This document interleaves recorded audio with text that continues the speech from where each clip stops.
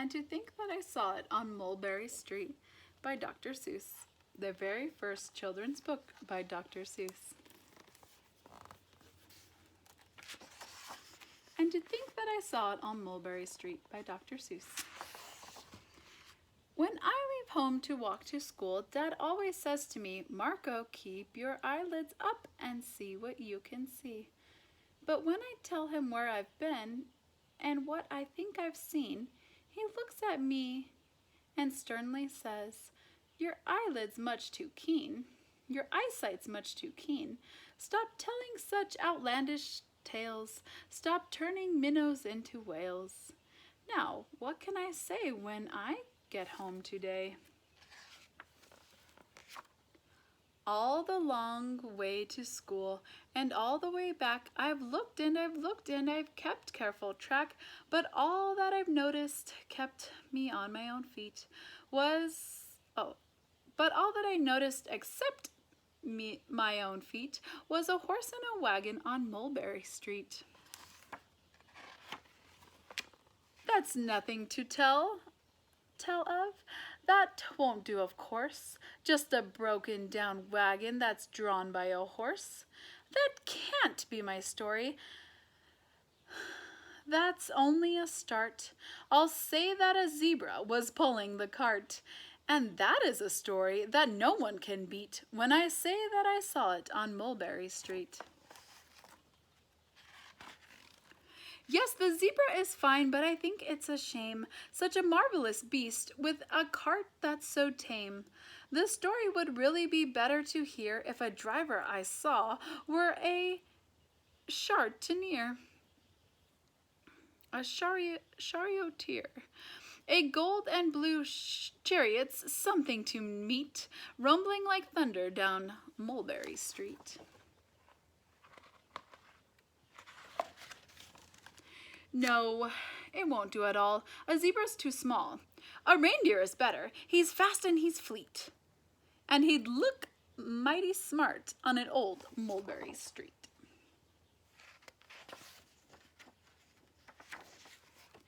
Hold on a minute, there's something wrong. A reindeer hates the way it feels to pull a thing that turns on wheels. He'd be much happier instead if he could pull a fancy sled.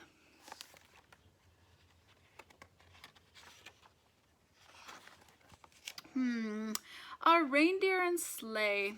Say, anyone could think of that. Jack or Fred or Joe or Nat. Say, even Jane could think of that. But it isn't too late to make one little change. A sleigh and an elephant? There's something strange. I'll pick one with plenty of power and size, a blue one with plenty of fun in his eyes, and then, just to give him a little more, have a Rajah with rubies perched high on a throne. Say, that makes a story that no one can beat. When I say that I saw it on Mulberry Street. But now I don't know. It still doesn't seem right. An elephant pulling a thing that's so light would whip it around in the air like a kite. But he'd look simply grand with a great big brass band. A band that's so good should have someone to hear it, but it's going so fast that it's hard to keep near it. I'll pull on a trailer. I know they won't mind if a man sits and listens while hitched on behind. But now, is it fair? Is it fair what I've done? I'll bet those wagons weigh more than a ton. That's really too heavy for a load for one beast. I'll give him some help. He needs two, at least. See where he added on the two helpers?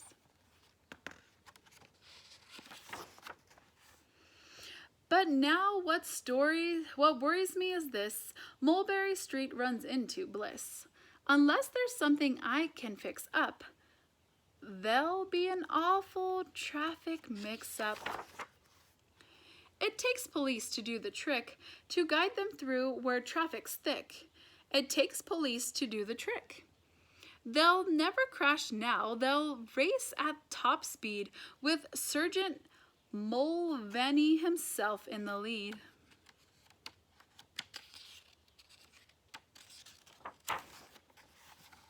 The mayor is there and he thinks it is grand, and he raises his hat as they dash by the stand. The mayor is there and the aldermen too, all waving big banners of red, white, and blue. And that is a story that no one can beat when I say that I saw it on Mulberry Street.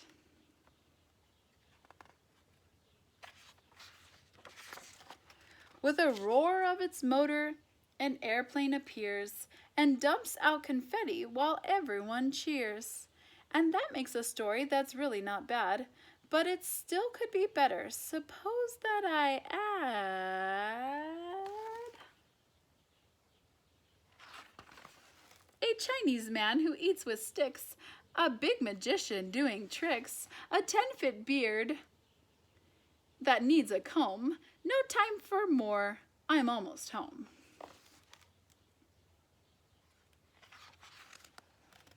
I swung round the corner and dashed through the gate. I ran up the steps and I felt simply great, for I had a story that no one could beat, and to think that I saw it on Mulberry Street. But Dad said quiet calmly, just draw up your stool and tell me the sights on the way home from school. There was so much to tell, I just couldn't begin. Dad looked at me sharply and pulled at his chin. He frowned at me sternly from there in his seat. Was there nothing to look at, no people to greet? Did nothing excite you or make your heart beat? Nothing, I said, growing red as a beet, but a plain horse and wagon on Mulberry Street. The end. How a plain horse and wagon on Mulberry Street grows into a story that no one can beat.